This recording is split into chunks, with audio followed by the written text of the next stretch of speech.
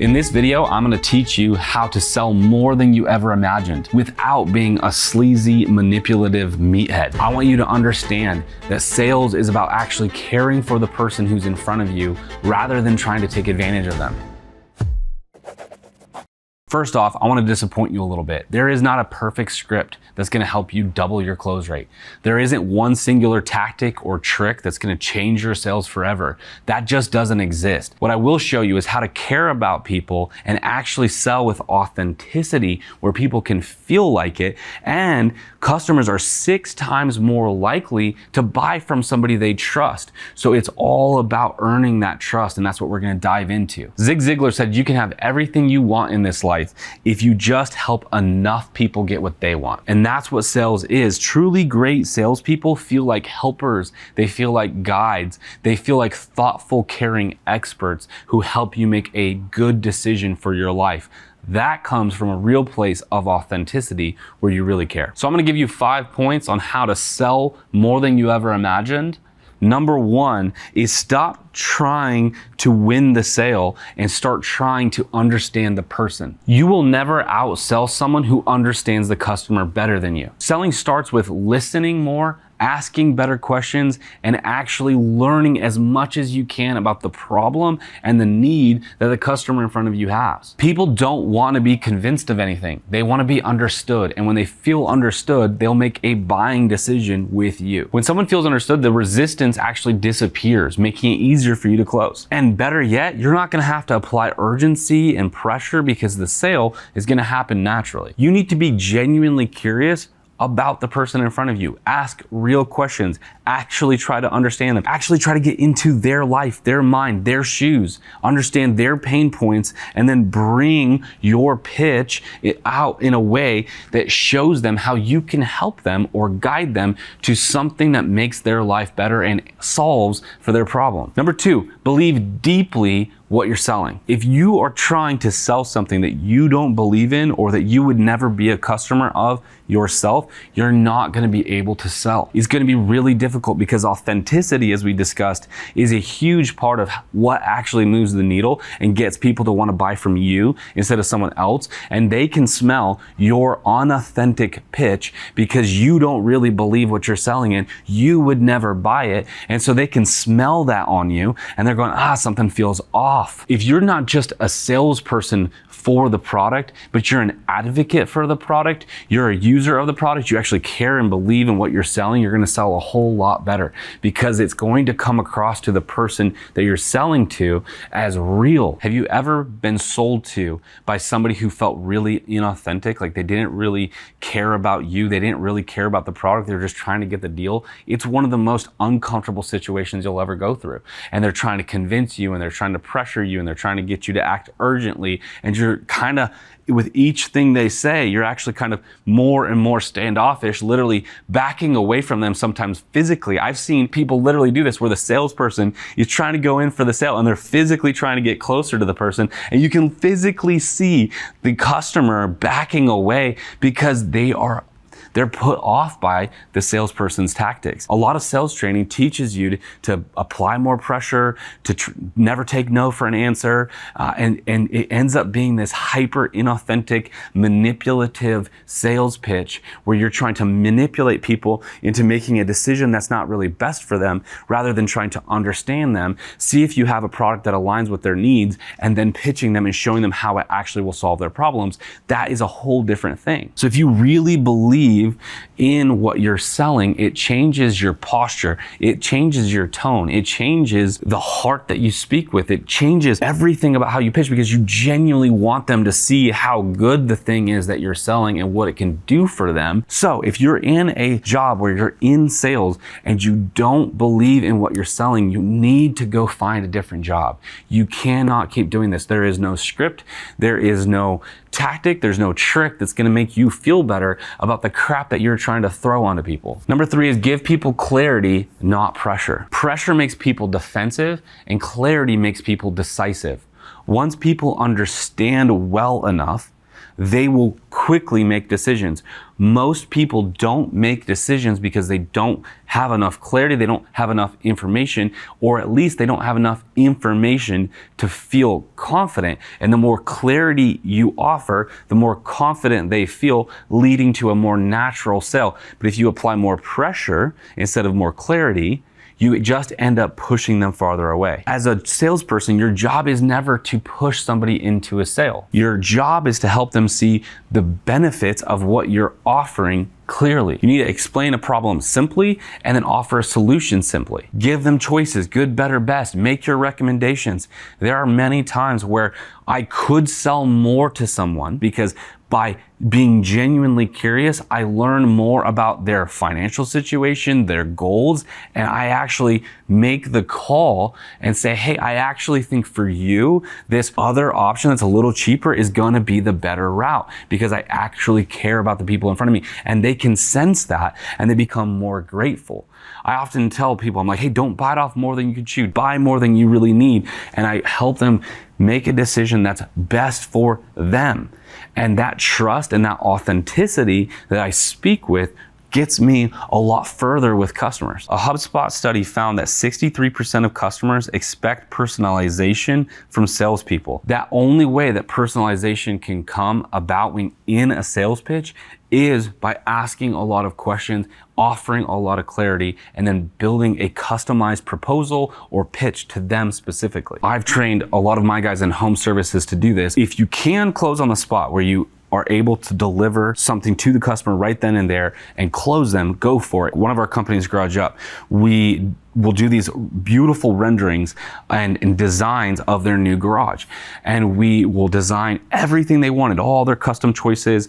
We'll get the exact square footage, photos of their garage, and build out this beautiful rendering.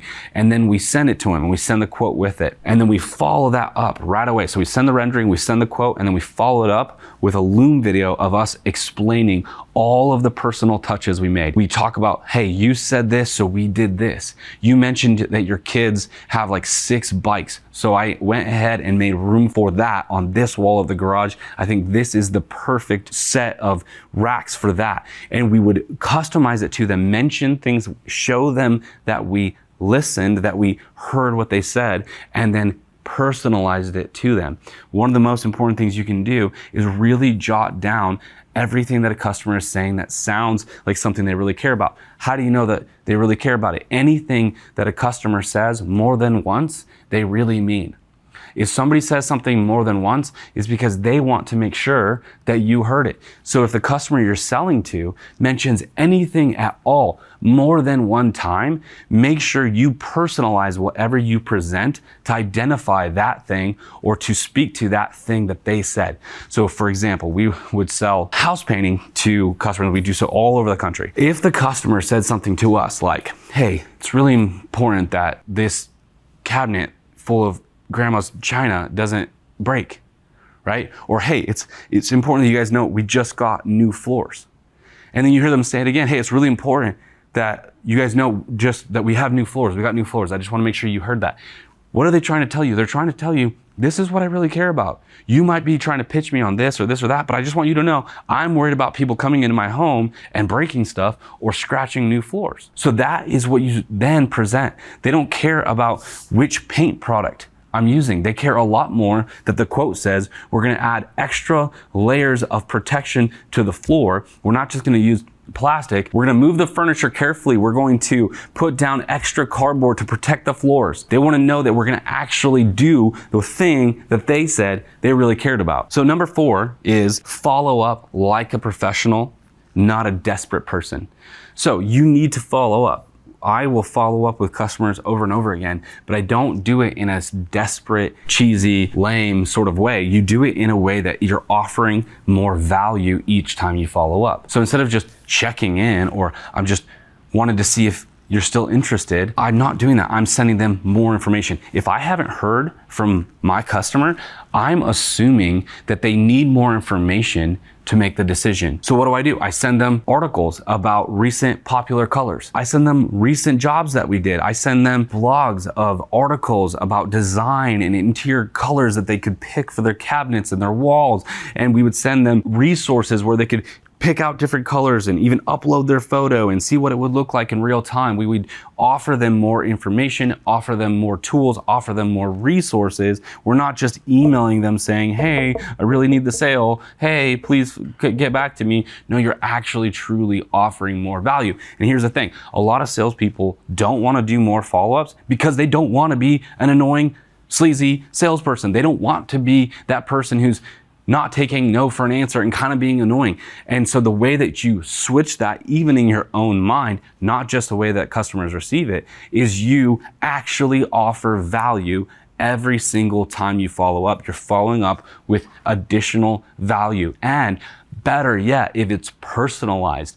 Hey, I remember that you said your neighbor was picking between 3 different whites and liked alabaster. Hey, I've picked here a little Pinterest board I kind of put together for you of decor and other colors that go well with alabaster. What are your thoughts? You're going to not have somebody think that you're an annoying salesperson. They're going to see you as this helpful guide, this expert who actually cares, as somebody who's authentically trying to achieve the best for their home.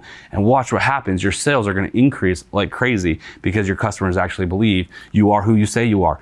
Somebody who actually cares about their home. Number five is you need to detach your ego from the outcome. A lot of times people are so afraid of getting a no, or they are seeking the win for some sort of validation. And so they're applying pressure, they're applying urgency, they're making it about them and their ego to get the sale and not about what the customer needs and what's best for them. And if you switch that, if you start making sales not about you, but about the person in front of you, you're going to go a lot further in sales. You're going to feel a lot better about sales. You're not being a selfish person pushing product on people. It's when you stop forcing and you stop chasing and you start selling with a cool, calm, collected, caring attitude towards the customer that everything changes. Sales will improve dramatically when the closing of that deal isn't tied to your ego or to your pride in any way, and you actually act like you don't even care. Because if it's not the right fit for them, you're happy. You're genuinely happy that they're making the right decision. And the right decision sometimes is no. And you actually start to come across a lot more confident, a lot more calm, and even a little bit uncaring whether or not they go with you because you just want what's best for them. It changes the game completely. For example, we sell franchises, or really award franchises, because we say no to a lot of people. And I always say to people, I'm like, hey, this is a big decision. I don't want you to rush it. I don't want you to make this decision too quickly. I want you to make sure that you have done enough research. I want you to take more time. I want you to make sure that you talk to your spouse, that you talk to some friends, you talk to a mentor, and you really feel good about launching this business with us. I am never doing high pressure sales. I am never doing these like tricky sales tactics to convince them to do something that's not in their best interest. I'm always helping them decide what is the best decision for their life. And that is exactly what you should do in all sales. And if you do that, your identity, your ego is completely disconnected from the sale. And it makes you seem more confident and less desperate and far more trustworthy. So to be a great salesperson, you need to become a better listener. You need to stop talking so much. Start asking more questions. You need to be a better thinker. Really think about what's best for them. Think about how to personalize what they need. You need to be a better guide.